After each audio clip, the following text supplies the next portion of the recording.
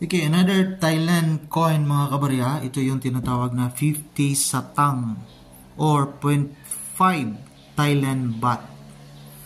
Sa atin, ito yung 50 cents, 50 centavo.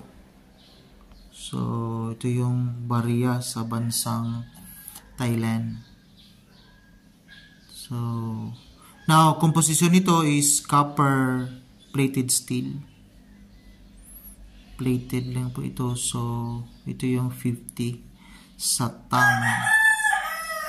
Now, again, standard circulation. So, currency nila is baht. So, yung weight niya is 2.4 grams. With the diameter naman niya is 18 mm. Thickness naman niya is 1.35. Now, diretso na tayo sa kaniyang equivalent. Now, dito sa atin, nasa 0.85 centavo lang ito.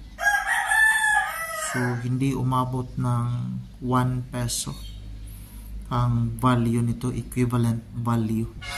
Na diretso tayo sa kaniyang reverse. Ito yung reverse niya. So, pakita natin para klaro. So, ito yung kaniyang reverse. So, ito yung temple, Diosotip Temple from Chiang Mai Province. Ito yung kanilang temple with denomination 50. While ito naman yung kaniyang obverse. Portrait of King Rama IX facing left. Napapansin ko usually yung mga barya nila is portrait ni King Rama IX. So ito yung value niya. So, again, nasa 0.85 centavo. Yung currency value. Iba yung bintahan. Iba yung selling at saka buying.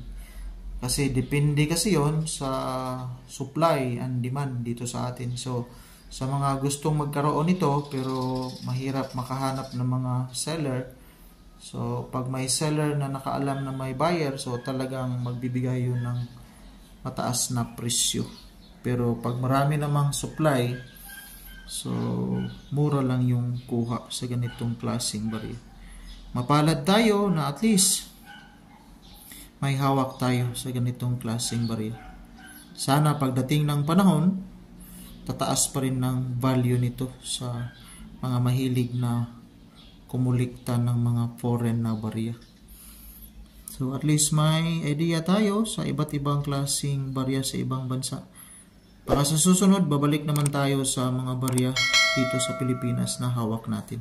Yan lang po. Maraming salamat. God bless po sa ating lahat and enjoy.